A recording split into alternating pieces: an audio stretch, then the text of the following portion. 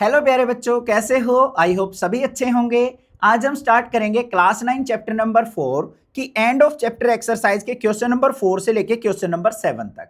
इन चारों क्वेश्चंस को इसी वीडियो में कवर करेंगे और चारों के चारों मोस्ट इंपोर्टेंट क्वेश्चन है इस एक्सरसाइज के, तो बिल्कुल भी वीडियो स्किप नहीं करनी है। और ये मेरी गारंटी है कि एक एक क्वेश्चन आपको बिल्कुल ईजिली समझ में आएगा। चलिए शुरू करते हैं क्वेश्चन नंबर 4 से। क्वेश्चन नंबर 4 हमें क्या दे रखा है बच्चों? Simplify the following. हमें यहाँ पे अलजेब्रिक एक्सप्रेशन रैशनल की फॉर्म में दे रखे हैं, मतलब p बाई क्यू की फॉर्म में, या फिर हम कह सकते हैं न्यूमरेटर बाई डिनोमिनेटर की फॉर्म में दे रखे हैं। तो इसको सिंप्लीफाई कैसे किया जाएगा? बिल्कुल इजी तरीका है।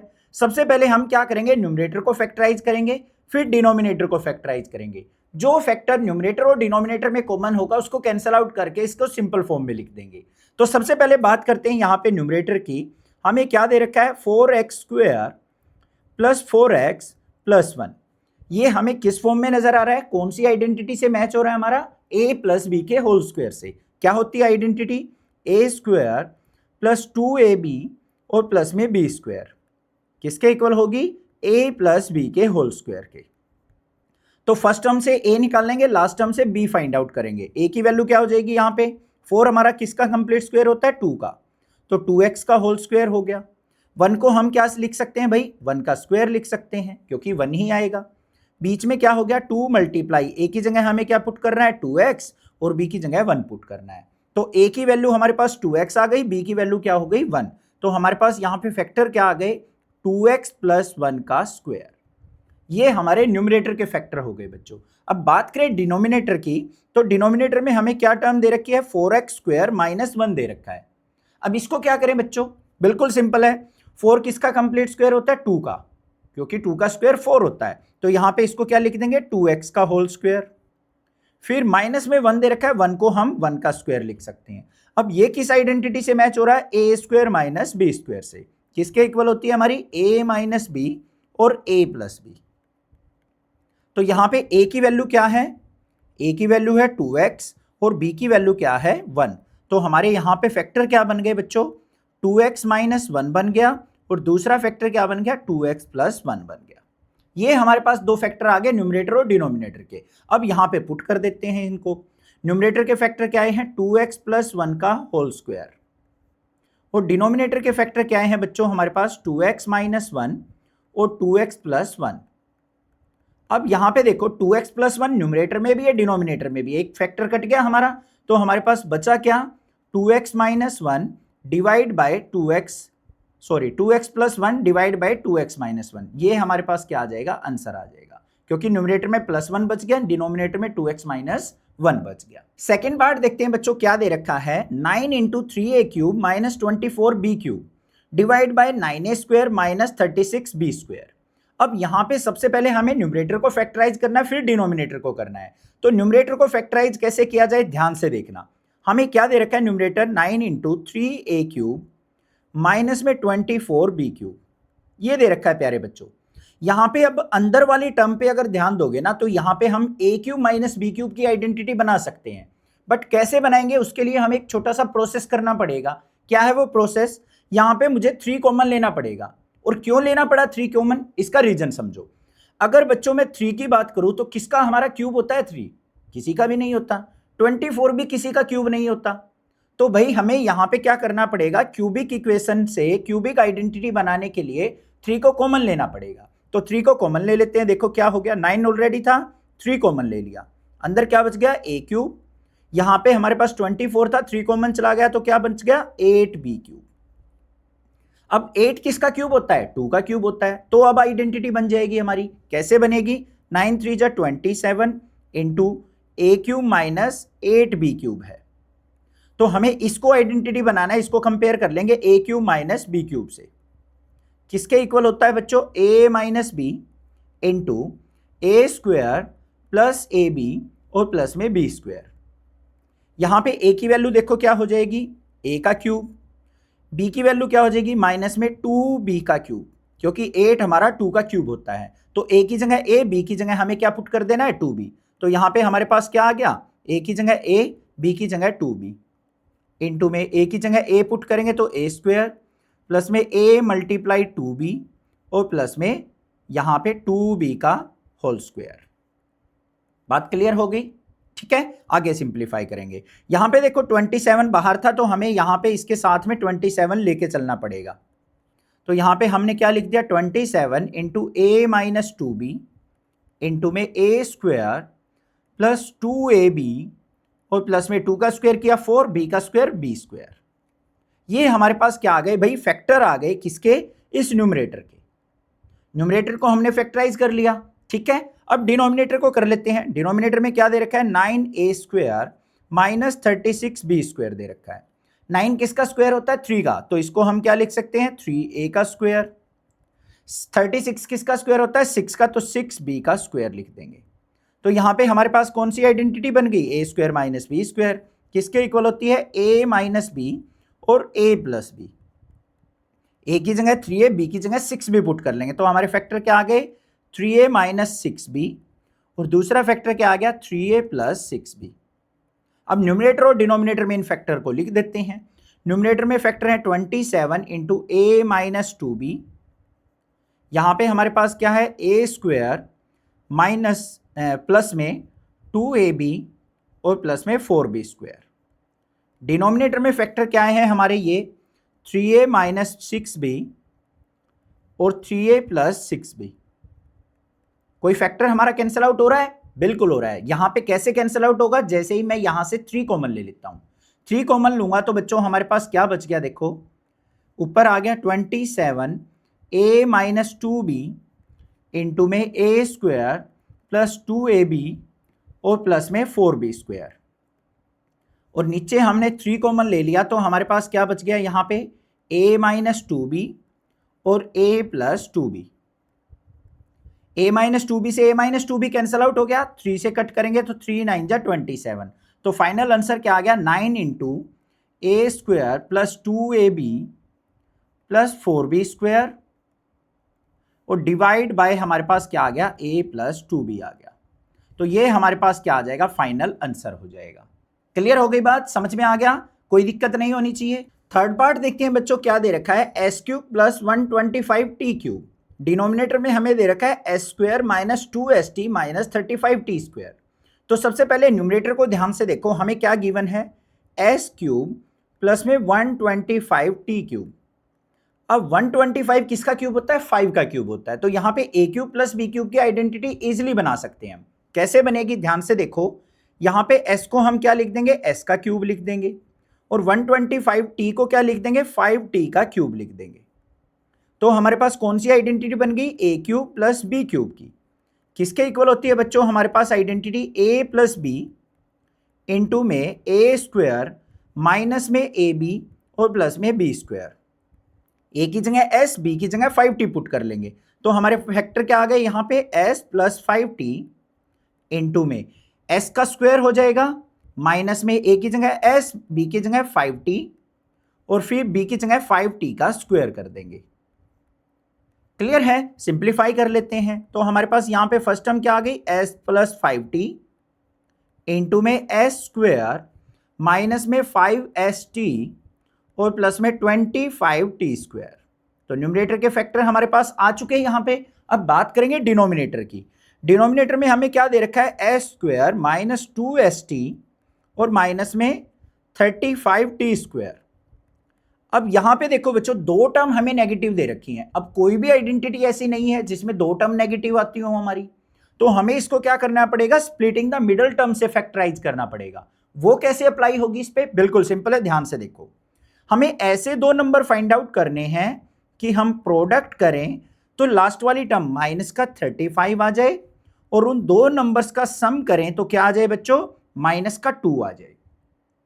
तो ऐसे क्या नंबर हो सकते हैं, 7 5 जा 35 होता है, और 7 में अगर मैं 5 ऐड करूंगा -2 आ सकता है। नेगेटिव चाहिए तो बड़ी टर्म को नेगेटिव, छोटी को पॉजिटिव ले लेंगे, तो बस काम हो गया हमारे पास। तो यहां पे क्या हो गया, एस स्क्वायर माइनस का 7st और प्लस का 5st और माइनस में 35t स्क्वायर।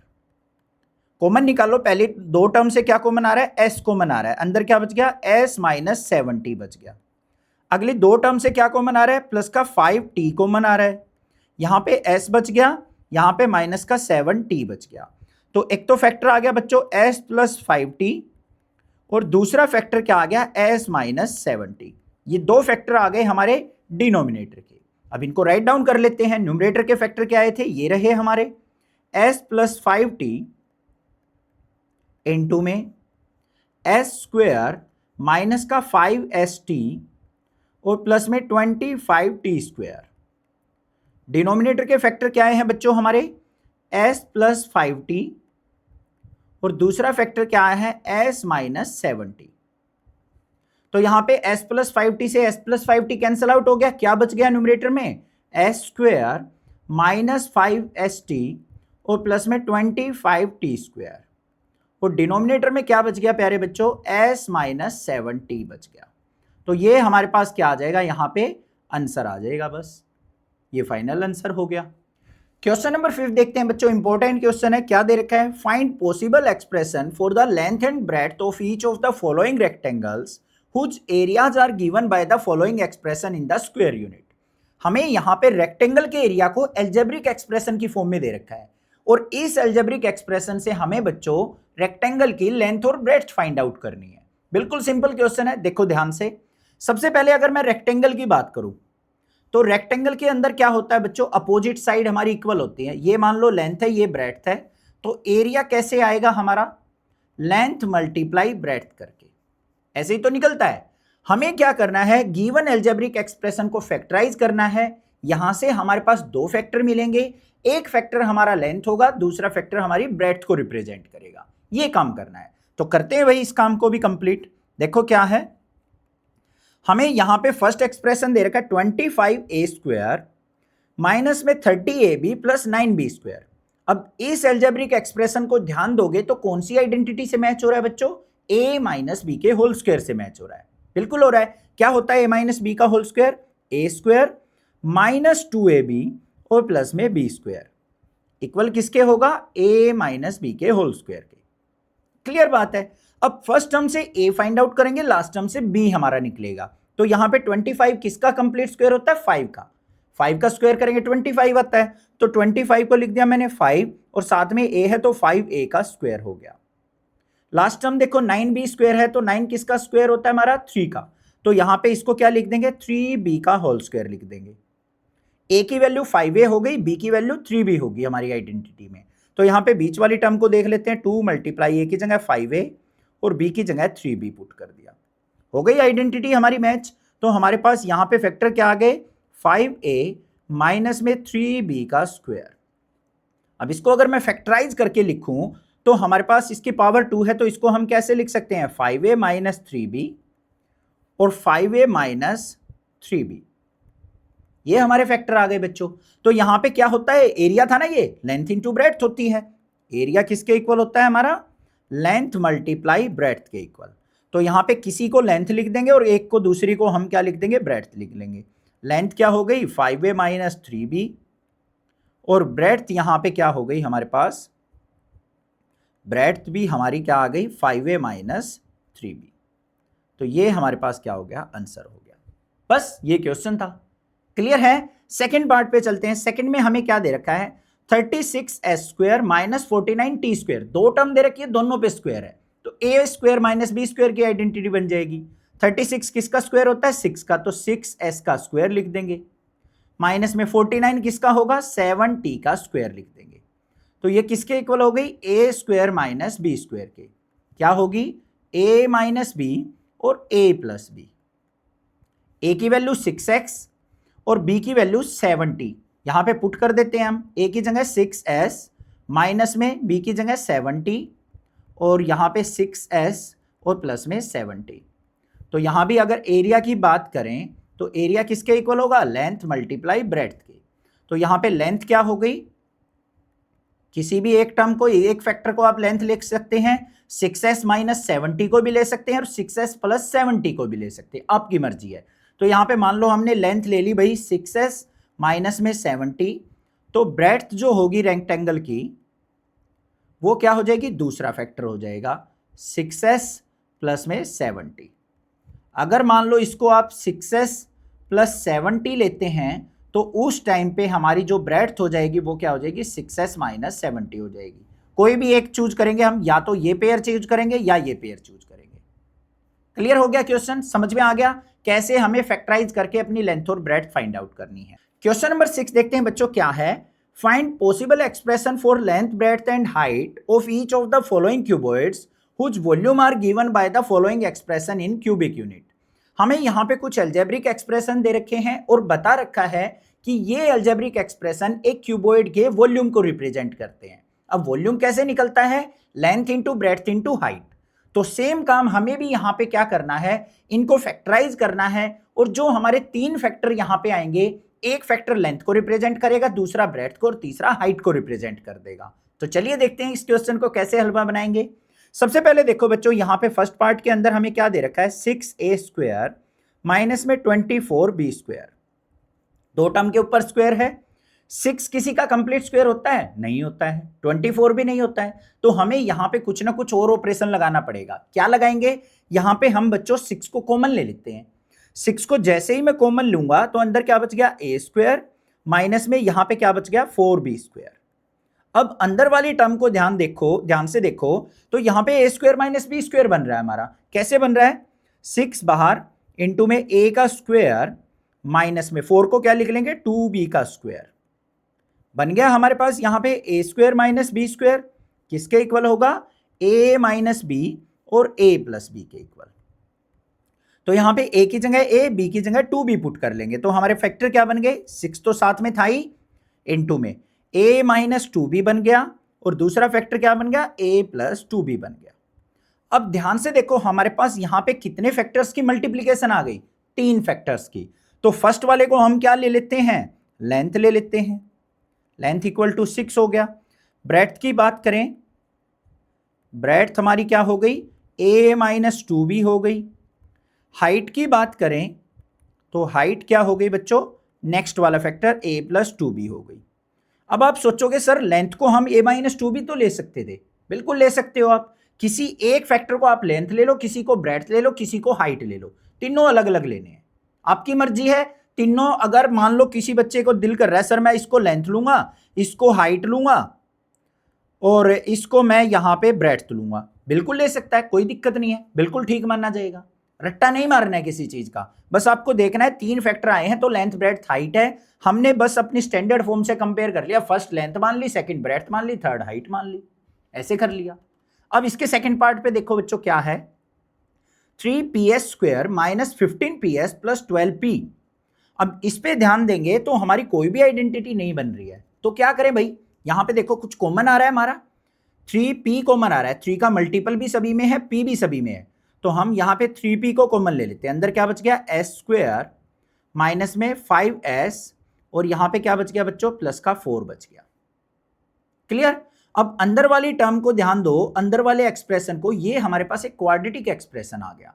अब क्वाड्रेटिक एक्सप्रेशन को हम कैसे फैक्टराइज करते हैं, स्प्लिटिंग द मिडल टर्म से करते हैं। तो हमें ऐसे 2 नंबर निकालने हैं कि प्रोडक्ट करें तो क्या आ जाए, 4 आ जाए, और सम करें तो हमारे पास क्या आ जाए, माइनस का 5 आ जाए। तो ऐसे फैक्टर क्या हो सकते हैं बच्चों हमारे, 4 1 जा 4 ही हो सकता है, क्योंकि 4 की 1 से मल्टीप्लाई 4, और सम करें तो -5 भी आ सकता है। दोनों को नेगेटिव ले लो, -4 और -1 की मल्टीप्लाई +4, और -4 में -1 ऐड करेंगे -5 आ जाएगा। बस देखो आगे, 3p इंटू s² माइनस में 4s माइनस में s और प्लस में 4। तो यहाँ पे क्या आ गया, 3p इंटू में इन दोनों में से पहली 2 टर्म में से क्या कॉमन आ गया, s कॉमन, तो अंदर बच गया s माइनस 4। इन दोनों में से -1 कॉमन आ गया तो अंदर बच गया s माइनस 4। तो यहाँ पे एक तो फैक्टर आ गया 3p, एक फैक्टर आ गया s माइनस 1 और दूसरा फैक्टर आ गया s माइनस 4। 3 फैक्टर आ गए। तो फर्स्ट वाले फैक्टर को क्या मान लेते हैं, लेंथ 3p हो गई। ब्रेड्थ की बात करें तो सेकेंड वाले फैक्टर को मान लेते हैं हम s माइनस 1, और हाइट की बात करें हम तो हाइट क्या हो जाएगी बच्चों, s माइनस 4 हो जाएगी। ये हमारे पास क्या आ गया, आंसर आ गया। क्वेश्चन नंबर 7 देखते हैं बच्चों क्या है, इंपॉर्टेंट क्वेश्चन है, फाइनल एग्जाम में जरूर पूछा जा सकता है, तो ध्यान से क्वेश्चन समझना है। देखो क्या है, the village playground is shaped as a square of side 40 metre. एक गांव के अंदर एक खेल ग्राउंड है जो स्क्वायर शेप का है और उसकी साइड 40 मीटर हमें दे रखी है। A path of width s metre is created around the playground for people to walk. उस खेल ग्राउंड के चारों ओर S मीटर चौड़ाई का एक ट्रैक बना दिया जाता है जिसपे लोग आसानी से पैदल चल सकें। Find an expression for the area of the path in terms of S। जो हमने यहां पे एरिया क्रिएट किया है उसका हमें एरिया का एक्सप्रेशन फाइंड आउट करना है। किस टर्म में? S की टर्म में। तो कैसे फाइंड आउट करेंगे, ध्यान से समझो। अब देखो बच्चों, ट्रैक का अगर मुझे एरिया फाइंड आउट करना है तो कैसे करेंगे? इस पूरे की पूरी शेप के एरिया में से अगर मैं अंदर वाले प्लेग्राउंड का एरिया सबट्रैक्ट कर दूं तो मेरे पास इस ट्रैक का एरिया आ जाएगा। उसके लिए मुझे क्या करना पड़ेगा, इस पूरे के पूरे प्लेग्राउंड की पहले एक साइड की लेंथ हमें फाइंड आउट करनी पड़ेगी। देखो क्या होगी, वो जो हमारा प्लेग्राउंड था वो कितनी लेंथ का है? 40 मीटर का। और जो ट्रैक है उसकी विड्थ क्या है? S मीटर है। तो हमारी जो टोटल लेंथ हो गई इस पूरे के पूरे ग्राउंड की विद ट्रैक और प्लेग्राउंड वो कितनी हो गई? 40 + 2S हो गई या नहीं हो गई? इतनी बात क्लियर है। अब सबसे पहले यहां पे क्या लिखते हैं? साइड ऑफ प्लेग्राउंड वो कितनी है बच्चों? हमारे पास 40 मीटर दे रखी है। अब एरिया की अगर मैं बात करूं, एरिया ऑफ ग्राउंड वो कितना हो जाएगा? साइड का स्क्वायर होता है क्योंकि स्क्वायर दे रखा है हमें, तो यहां पे 40 का हम स्क्वायर कर लेंगे। 40 का स्क्वायर कितना हो गया? 1600 मीटर स्क्वायर। तो ये अंदर वाले प्लेग्राउंड का एरिया आ गया हमारे पास 1600 मीटर स्क्वायर। अब क्या करेंगे बच्चों, पूरे के पूरे जिसमें ट्रैक भी मिला हुआ है और ग्राउंड भी है उसका एरिया फाइंड आउट कर लेते हैं। तो यहां पे एरिया ऑफ कंप्लीट ग्राउंड वो क्या हो जाएगा बच्चों? साइड कितनी हो गई? 40 + 2S इसका होल स्क्वायर। तो अब हमें क्या निकालना है? एरिया ऑफ पाथ निकालना है। तो वो एरिया ऑफ पाथ किसके इक्वल होगा? 40 + 2S का होल स्क्वायर। इसमें से मुझे सबट्रैक्ट कर देना है एरिया ऑफ प्लेग्राउंड। कितना था? 1600 मीटर स्क्वायर। इसको सिंप्लीफाई कर देते हैं A + B का होल स्क्वायर लगा के। क्या हो जाएगा? A का स्क्वायर प्लस 2AB और यहां पे प्लस में B स्क्वायर मतलब 2S का स्क्वायर और माइनस में क्या है? 1600। इसको सिंप्लीफाई कर लेते हैं तो क्या आएगा? 40 का स्क्वायर करेंगे तो 1600, फिर यहां पे 40 × 2 = 80, 80 × 2 = 160S और प्लस में 2 का स्क्वायर करेंगे तो 4S स्क्वायर और माइनस में अंदर वाले प्लेग्राउंड का एरिया हमें सबट्रैक्ट करना है। तो 1600 से 1600 हट गया तो बच गया क्या? 160S प्लस में 4S स्क्वायर। ये हमारे पास क्या आ गया? आंसर आ गया। S की फॉर्म में ही हमें यहां पे पाथ का एरिया निकालना था तो ये एरिया हमारे पास क्या आ गया? बाहर वाले ट्रैक का, जिसपे हमें क्या करना है? पीपल्स की वॉक करवानी है। इसको और फॉर्म में कैसे लिख सकते हैं बच्चों? यहां से कॉमन क्या आ रहा है? 4S कॉमन आ रहा है। 4S कॉमन निकालेंगे तो यहां पे 40 और यहां पे क्या बच गया? S। तो इस तरीके से भी हम इसको लिख सकते हैं। दोनों आंसर आपके बिल्कुल करेक्ट माने जाएंगे। क्लियर हो गया? क्वेश्चन समझ में आ गया? चैनल को सब्सक्राइब, वीडियो को लाइक जरूर करना। आगे के क्वेश्चन नेक्स्ट वीडियो में करेंगे। Thank you students. वीडियो को प्लीज शेयर कर देना। Love you students.